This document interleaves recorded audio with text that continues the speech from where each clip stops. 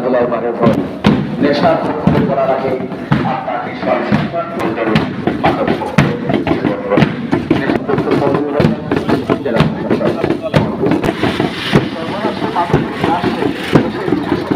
আমরা একটু দেখতে হবে যে আমাদের মাদকদ্রব্য যে অপব্যবহারটা আছে সেটা ঝুঁকিটা বিশেষ করে মৌলভীবাজার জেলায় আমরা কোন কোন পর্যায়ে আছি।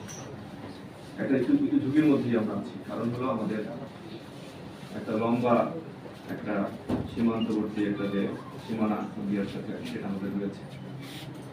তো সেই ক্ষেত্রে এবং এটা কিছু পাহাড়ি হিলি সীমানা।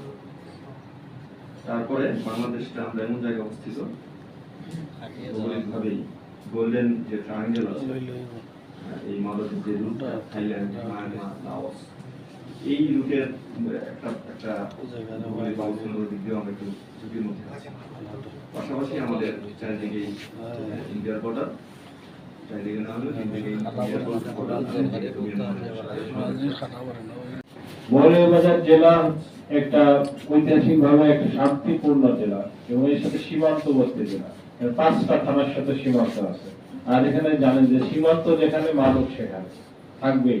আর আমাদের সীমান্তে এত বিজিবি নেই যে যারা একেবারে প্রতিটা ইঞ্চি পাহারা দেবে। এখানে আমি সেদিনকে শুনেছি 5 কিলোর জন্য একটা টহল, বিজিবির যিনি সিও আছেন তিনি বললেন 5 কিলোমিটারের জন্য একটা টহলে 5 থেকে 6 জন বিজিবি সদস্য থাকে।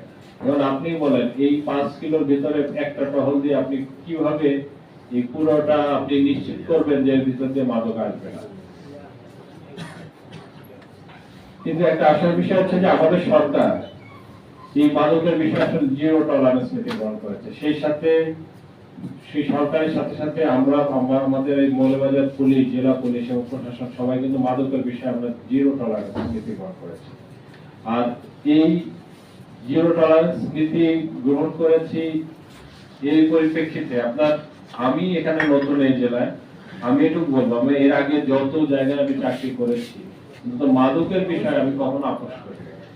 একটা হচ্ছে এক্সপোজার পিরিয়ড এবং একটা হচ্ছে তাকে এক্সপোজার হয়ে গেছে আমরা তাকে কিভাবে এক্সপোজার পিরিয়ডে তাকে রিহ্যাবিলিটেশন করতে পারি। সম্মানিত সমাজে আমাদের মাদক কিভাবে আমাদের একটা কুমারী ছাত্র, একটা তরুণ ছেলে, একটা তরুণী, একজন